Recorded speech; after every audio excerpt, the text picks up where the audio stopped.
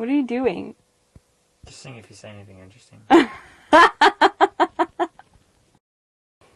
I've been doing activism for 6 years after I got out of school in Baltimore City, working with primarily African American inner city youth, doing public art projects about social change.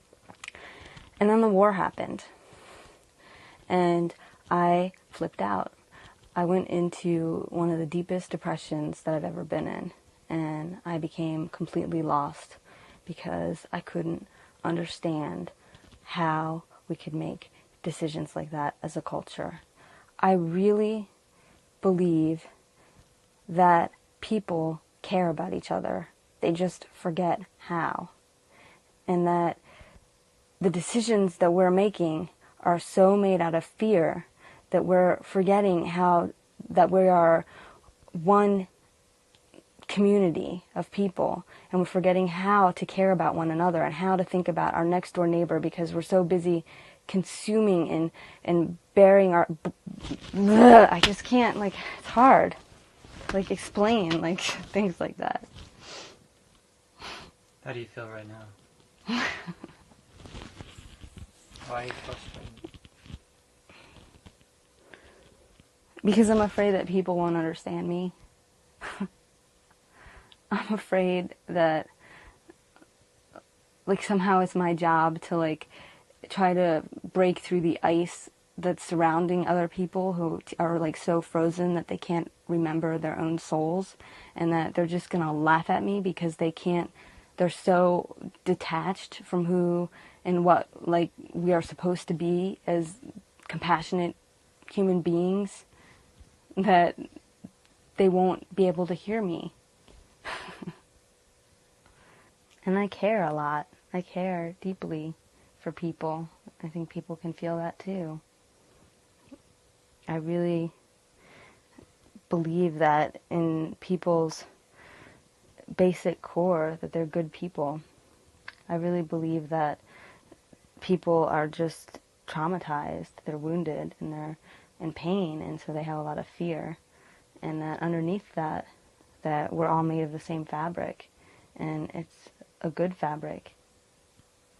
It's a fabric that is based on caring for one another, and based on love, and based on compassion, and that people just get lost. I have two things that I'd like to have when I die. One is to know that I loved people well, and the other is to know that I offered something meaningful to society.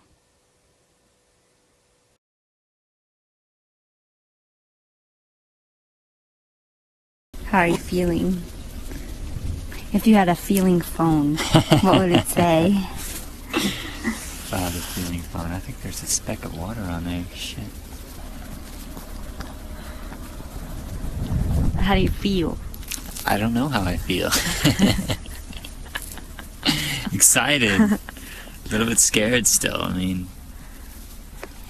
But, you know, there's a lot that's going on right now in the news, and there's something also going on with the media who is just repeating a lot of the political PR campaign to sell the war to the American people. So it's very timely what I'm doing now. Yeah, you don't like to talk about how you feel. I don't know how I feel. I feel... Who are you? Who are I? Who am I and what do I want? No, who are you and how do you feel? How do I feel? What's underneath the Echo Chamber project? Nothing. It's not. Nothing's there. Do you have any personality besides the Echo Chamber project? I am just... If you weren't talking to all these people about media, what would you be saying to me right now? I'm glad we came out here. I'm glad that, you know, it's not too rainy, it's not too bad. It's kind of a dreary day, but I missed you. It's in New York City. It's hard to get you to be real on camera. What do you mean? You don't think I'm real? You talk from your head, not from your heart. Oh, come on. You don't like to talk from your heart. It's because my heart is frozen. It's not really my heart. I want to know about your heart.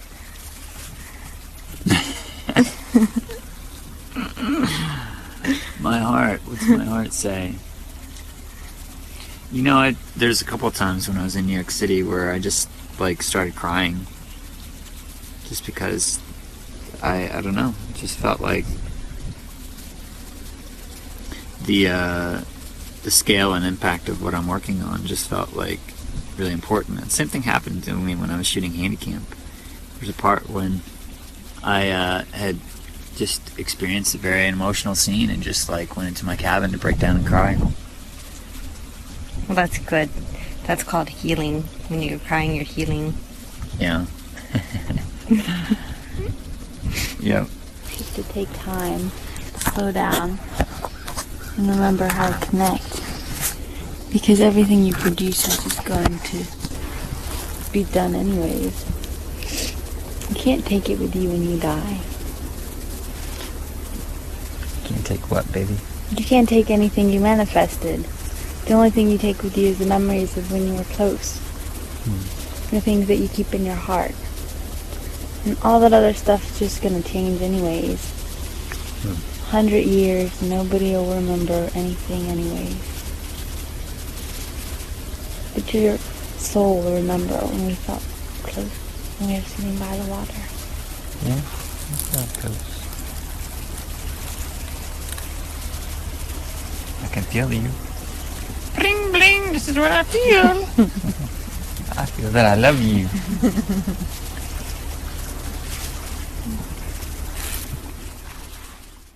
Well, I was reading this article from the New York Times that said that a quarter of people age 18 to 35 are growing up in divorced families, and that number's even increasing, and that this kind of like breakdown of family unit is creating this whole culture of young people who have a totally different experience of home life.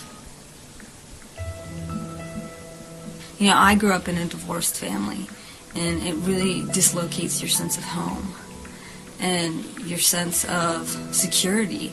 The homes have different sets of rules, different sets of expectations, and so you get really comfortable with the idea that, you know, there is no sense of normalcy, and you learn how to adapt to whatever environment you're in. Because you have to define all those rules yourself. That you don't get that if you come from, you know, a family where things are pretty clearly defined. On a more global level, it's kind of interesting to have so many people can't get their sustenance from their family unit, and so it forces people to broaden their perspectives, reach out to one another, and it creates this kind of global home searching and global understanding of one another, where I don't know if that would have happened if you didn't have that. Why do people video blog? Because they want to be mirrored. They want to see other people like them. They want to be heard, but they all want to see that other people can hear them and that they have this sense of family, this sense of home. And I think that a lot of people don't find that in their lives. So that's why we make art, is so that we can share what we're going through and hopefully someone else can understand it. It's similar to exploring and writing stories and thinking about the internal or the external social critique of your world, and being able to reflect and recontextualize your experience. It makes you more open to other people's point of views, to being able to see any perspective from both angles instead of just one. Is it narcissistic to be an artist? Is it narcissistic to want to share? Snow White's stepmother was the essence of narcissism. She had the mirror, and she would say, "Mirror, mirror on the wall, who's the loveliest of them all?" So that's narcissism, right? Is needing to look for mirrors so that you can be the best, so that you can be the most famous, so you can be the most beautiful, in a sense of like power. Ego was driving her to control the people around her so that she could get a certain amount of validation back in her obsessive addiction to her mirror. You know, that's different than just trying to communicate and resonate. How long have musicians been making music to explore a part of their soul and share it so that other people can resonate with it? I mean, that's what musicians have been doing since forever. Why is it so wrong to do it with a video camera? We tell stories about our lives to help other people through their lives. We are drawn to using video to observe ourselves because it gives us another perspective on who we are.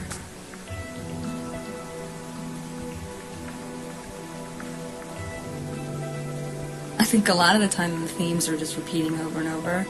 I mean, how many songs do we have to have on the radio about love before, like, we're done? I don't think so. Okay, I think we're done for now.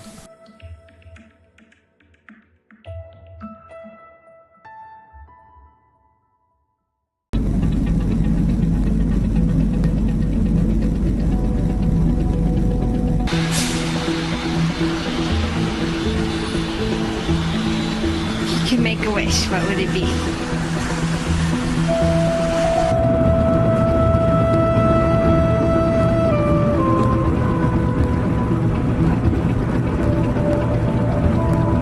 One wish, huh?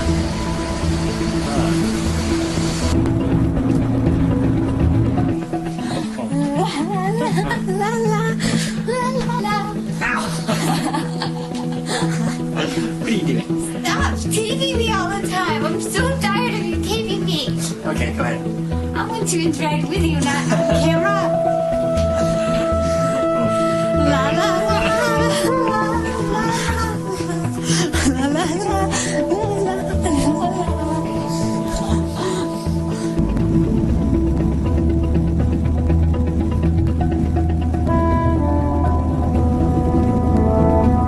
You want a horse? Yeah. I always wanted one when I was a little kid. They make a good friend. Hello! Hello! If you had a wish for the world, what would it be? I wish that everybody would have a better understanding that we're all connected to each other, that we're all dependent on each other too.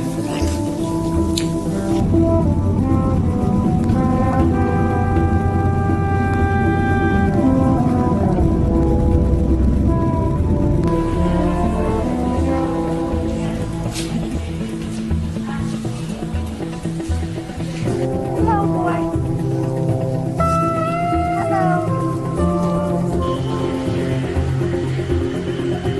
What's that?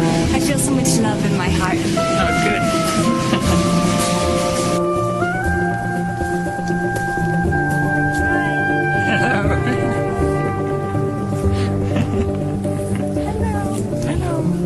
Who wants to touch it?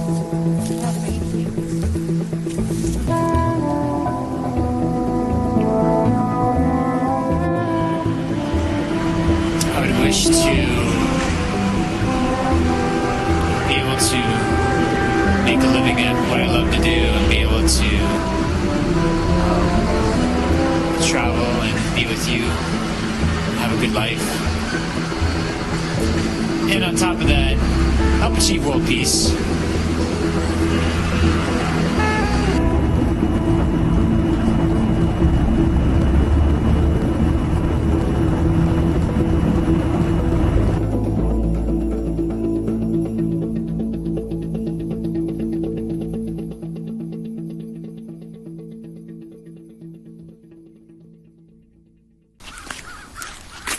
I still want to know how come people can make these little tiny cameras, but we can't figure out how to stop having wars.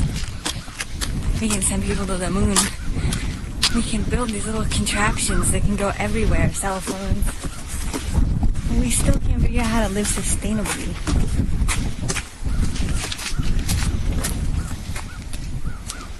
It's cold out here.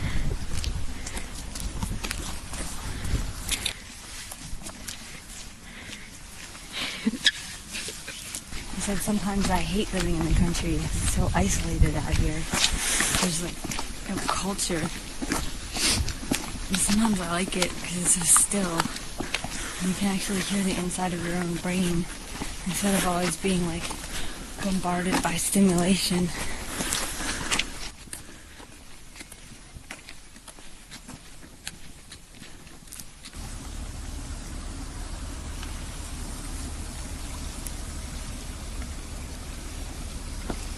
it's always hard for me to get myself to come out in nature. And then when I do, it's just like something happens. And it's just like makes me really calm on the inside. It's like going through a car wash. Like an energy car wash.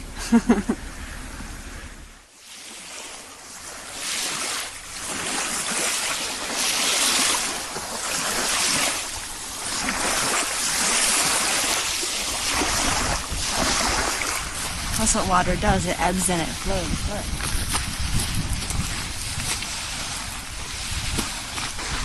When life feels really hard, then you can go sit by the water and the water just keeps moving and it's like endless. It's like endlessly moving water. And you just realize that nothing really matters because it just keeps cycling around itself. It's like a really soothing idea.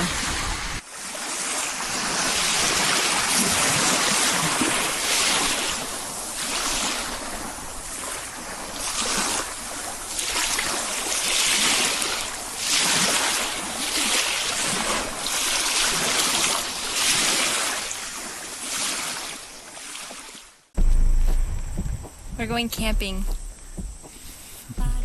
It's beautiful. We're going camping here at this communal collective of activists. It's called JED.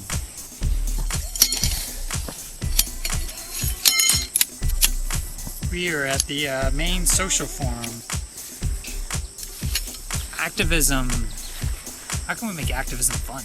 It seems like such a chore to go in and learn about all this horrible stuff that's going on. You learn about it all and you just feel completely overwhelmed. You're just totally like, oh my god, where do you even start? You know, if the oil were cut off tomorrow, we would all starve because we are so dependent on oil to grow the food, make the fertilizer. You need oil for the pesticides. You need oil for the machinery. You need oil to transport it. You know, it's like the whole agricultural system is just totally dependent on oil. I'm depressed. There's so many things that are so like messed up, like deeply down into the foundation, and it's like our generation is supposed to figure out how to build something different. I don't know, sometimes it just feels so ominous. We went swimming naked in a pond. And look at this beautiful field of flowers.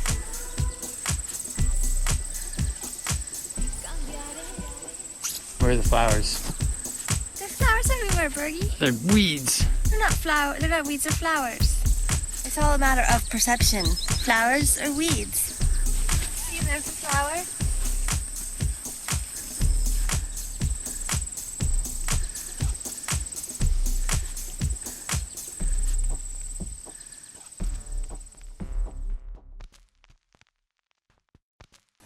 Tell me a secret.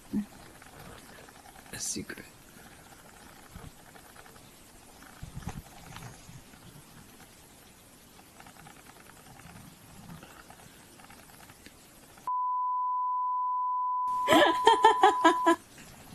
Ooh. You want me to put that online?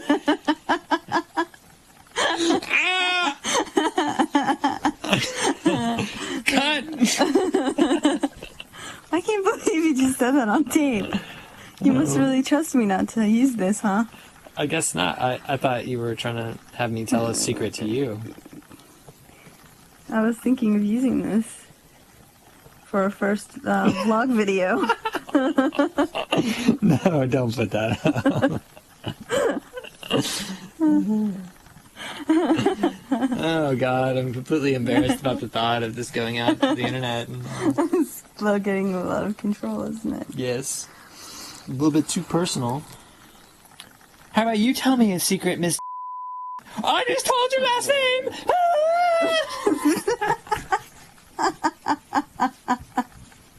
It's getting ugly. It's like we're start competing here about ways we can embarrass each other on the film. Miss Jennifer! For all those Googlers looking for your therapist. Alright, that's it. This is done. See? I like things that look pretty. But then I get frustrated because there's no depth. This is boring. It's like there's so much pretty shit everywhere, so why make more pretty shit? But I still get happy when I make stuff that looks pretty, because it makes me feel peaceful.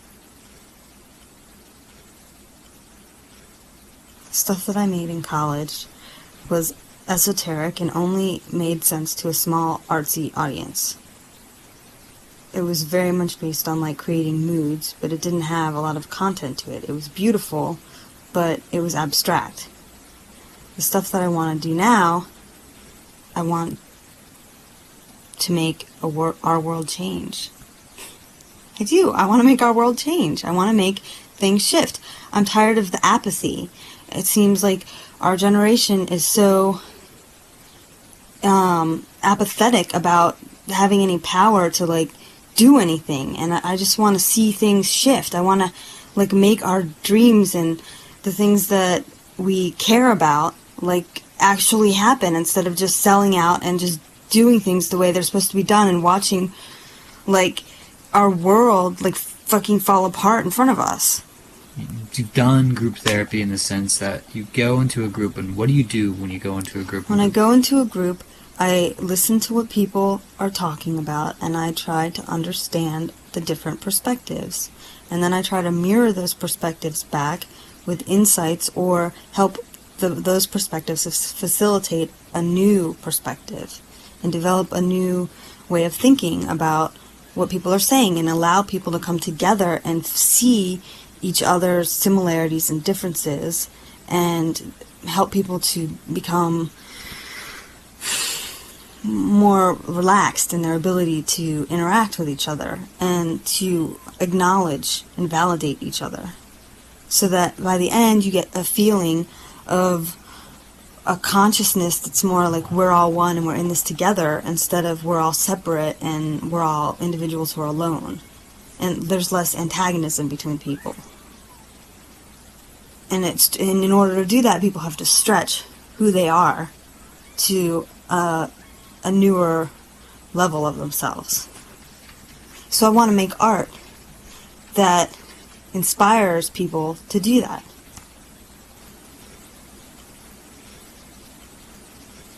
I'm studying reflexology. You're studying. You bought a little card to look at and to see. Are you correcting me? Yes. You're not correcting me. Correcting you in front of millions of people. Actually, there's nobody here right now. Oh. Do you know that we have been married for like 4 years and we've never... 4 years? What are you talking about? Because you come in every morning and you sit in your pajamas at the computer, and then... Hey, you're mischaracterizing how much... I'm not! You sit in your pajamas at the computer every day. What's wrong? We've only been married for like a year and a half.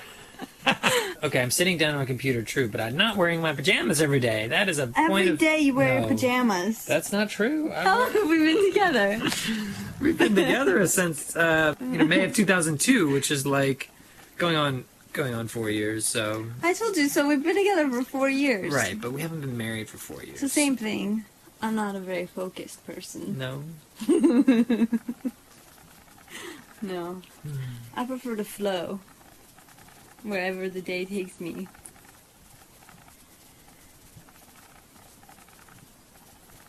Did you know your mind is the flow of God? I don't usually wear my pajamas, but today I decided to. I apologize for being a bitch. Yeah? I don't have PMS. Why are you being so bitchy to me? Because I just need to break free of the rut that we're in. What rut? The rut. We're in a rut. Jen wants to be restless and move around, so we've stopped sitting down. Now we're going to start walking again. I don't know where we're going to go or what we're going to do, but I just know that we live in Maine and we want some action. I am trying to break out of a rut. What do you mean? Because you and I have got to loosen up. We're like way too old. For what? For life? We're like older than my grandfather.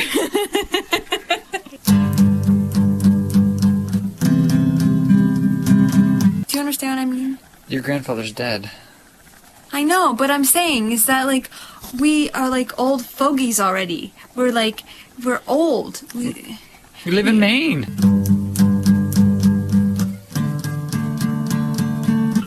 We need to just, like, learn how to play. That's, like, the one thing we don't know how to do is play.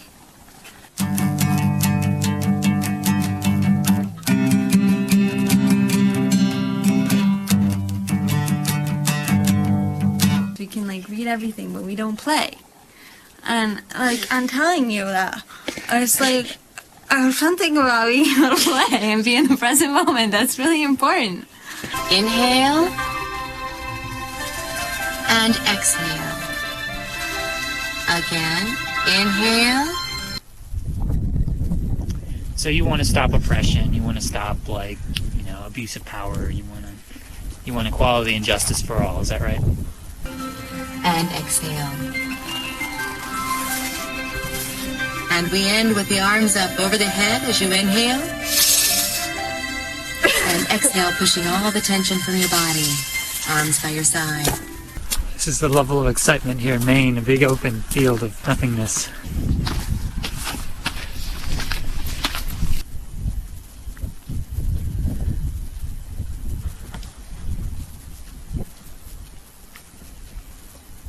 This is our lives.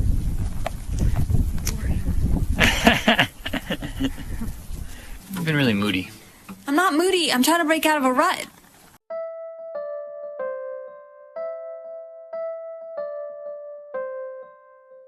Deep, deep down, we all feel exactly the same way inside. We dress it up differently, but deep down, the way I feel is the same everybody else feels about themselves. And we all want the same thing. We all want to be at peace. We all want to be respected. We all want to be loved. That's universal.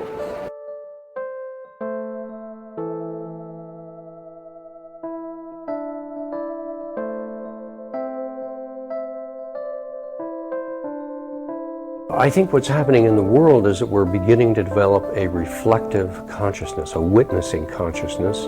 And in the spiritual traditions of the world, as well as in psychotherapy, fundamental to that is the capacity to be able to witness oneself in your own life process.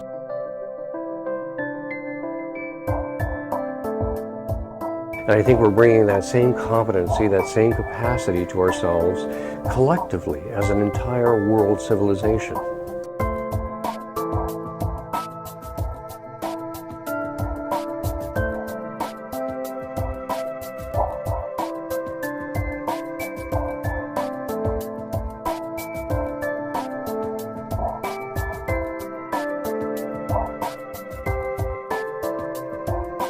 There's going to be a deeper sense of connecting with each other, where we really begin to empathize with each other, a much more compassionate connecting. And that's what we all want in our life. And when we meet somebody, an individual, we don't just want to sit across from them and exchange ideas or theories of what we did in the day. We may start like that, but ultimately we want to get deeper and closer. We want to open up. We want to be more intimate in where we are, what we believe, what we feel, what drives us, what our passions are. We want to make connection. And I think that's where the internet is going, is allowing us to make connection one-to-one, or one-to-many, or many-to-many, that heart-to-heart connection where we feel compassion, empathy, understanding. And that's what nourishes us.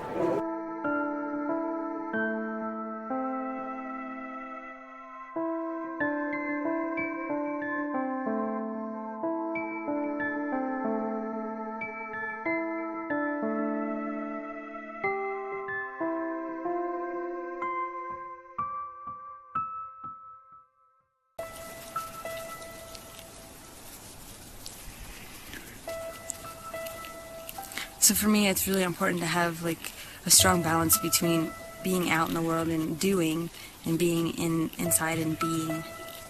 The difference between doing and being. In our culture, I think that we forget being a lot. Well, we're pretty good at doing.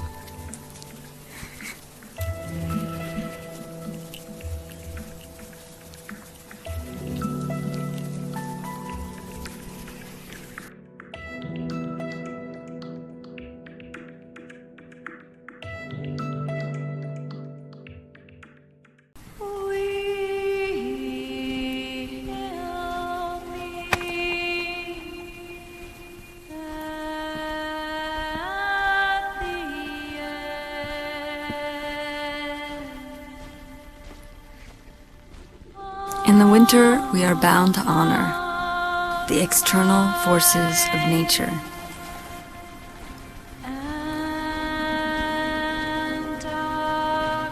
Cold, ice, snow, and wind.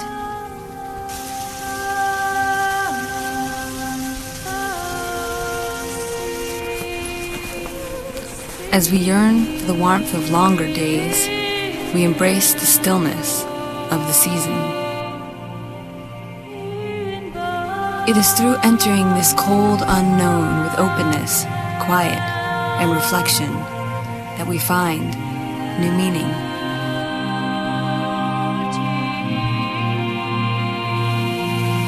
Like the caterpillar who enters a cocoon, allowing himself to dissolve into liquid.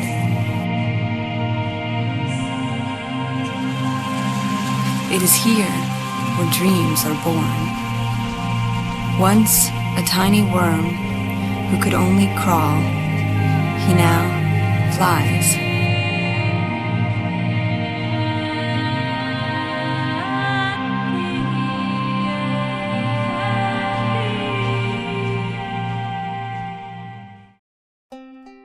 I live in Maine.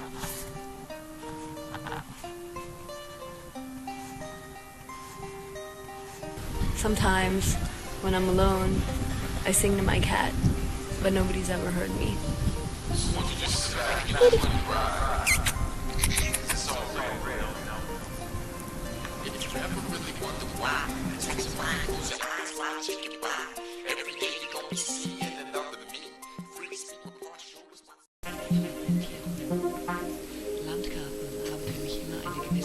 Do you want to see what I made?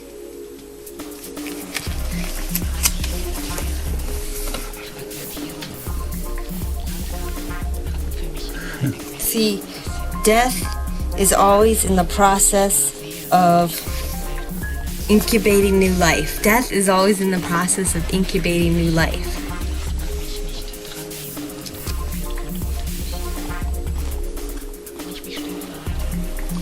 So down here's the death, and it's incubating new life.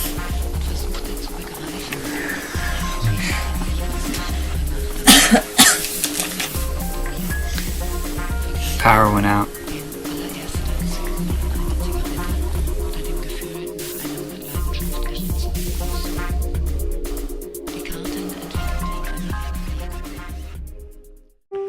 What if we were entering into a new time?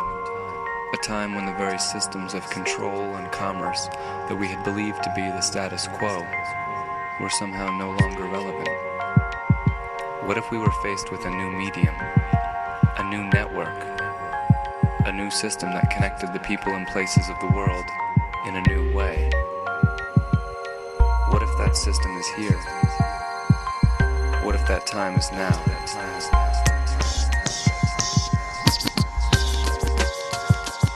There's one line that keeps coming up in all the different indigenous prophecies of the elders that gather from each continent. That is, when the wisdoms of the sky merge with the wisdoms of the earth and are braided through the human heart, then we will have a rainbow people.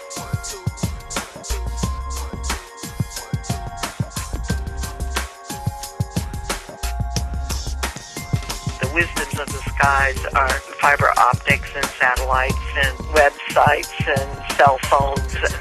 When they merge with the wisdoms of the earth, and that we don't sacrifice the wisdoms of the earth for the wisdoms of the sky, but we braid them to the human heart, then we'll have a rainbow peoples. Then we will be able to become global citizens